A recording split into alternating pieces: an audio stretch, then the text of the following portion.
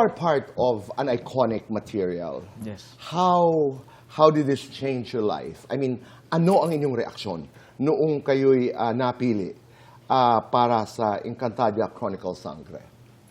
Siyempre ako, Tito Boy, sobrang natuwa talaga ako and sobrang grateful ako sa programa kasi 2005 pa lang, nung bata pa tayo, napapanood na namin ito.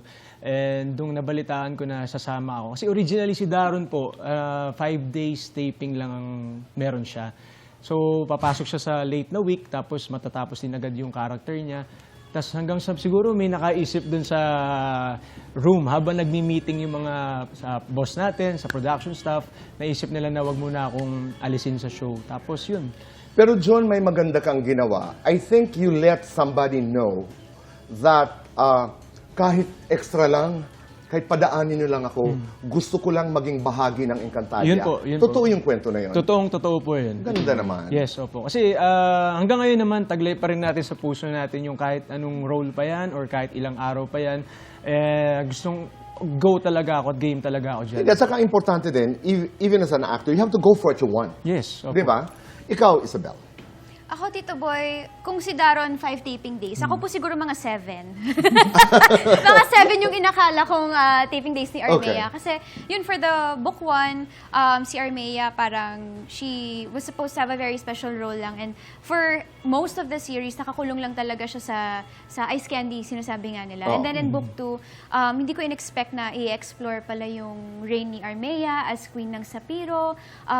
Talagang mas nakilala ko rin yung character ni Armea. And I'm so grateful to, of course, to GMA, to Encantadia, to Sangre, na they chose our characters to be one of the highlights din for Book 2. Ito, magkakatuluyan ba si Daron at saka si Armea? Ayun ang pangarap ko po.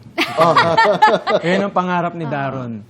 Pero siguro kailangan nilang Yes. Panoorin? Opo eh. Kailangan namin panoorin, Opo, mag-aantay eh. kami. Oo, kasi- para Malapit naman na, Tito Boy. Oo nga. Pero ano pang mga abangan namin?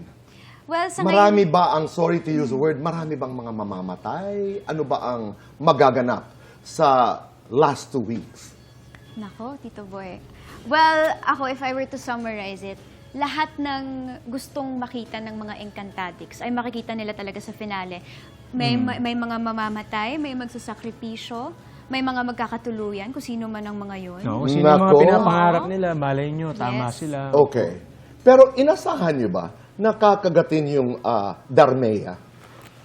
Ako, personally, siguro, Kasi lumaki tiwala talaga ang ako. inyong papel. Tama kayo. Book 1, Yes. it was just a minor Opo. appearance. Pero dito, lumawak talaga yung inyong mga papel. Opo. But did you expect nakakagatin? Siguro nandun na rin po yung kahit papaano tiwala po kami sa sarili namin and parang para ibigay po yung opportunity na yun, nagtiwala kami na siguro may mabuting dahilan and may mabuting kahihinatnan po.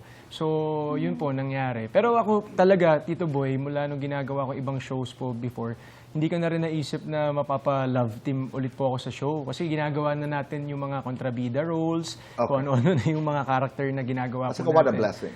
Di ba? Yes. What a blessing. Sobra. Imbitahan natin ang lahat na huwag kaligtaan itong last 2 weeks ng Encantadia. Yes, mga kapuso, mga Encantadix, sana po abangan nyo, of course, the last 2 weeks of Encantadia Chronicles Sangre. Marami pong salamat sa pagsubaybay sa storya ng Darmea at sa storya ng lahat ng mga Sangre. Naku, marami po kaming in store for all of you at hindi po namin kayo madidisappoint. Okay.